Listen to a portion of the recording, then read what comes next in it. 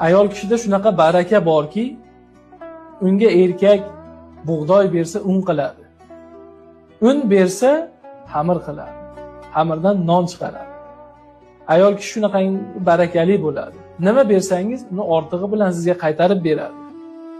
Erkaklar ayoldan baxtni kutmoqchi bo'lsa, mehrni kutmoqchi bo'lsa, o'zi berayotgan narsasiga qarasa. O'zi baxt berayotgan bo'lsa, 2 barobar ortiq qilib baxt oladi. Mehr bersa 2 barobar ortiq mehr ko'radi. Agar zulm qilsa, mehr ko'zi bilan qaramasa, unda ham uni aksi bo'ladi.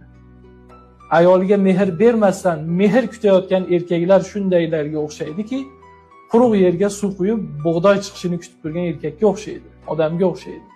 Shuning uchun ayolingizdan nimani xohlayapsiz? Nimani kutyapsiz? Siz o'sha narsani, masalliqlarni, ozuqalarni olib kelib bering ayolingizga. Keyin u sizga tayyorlab beradi.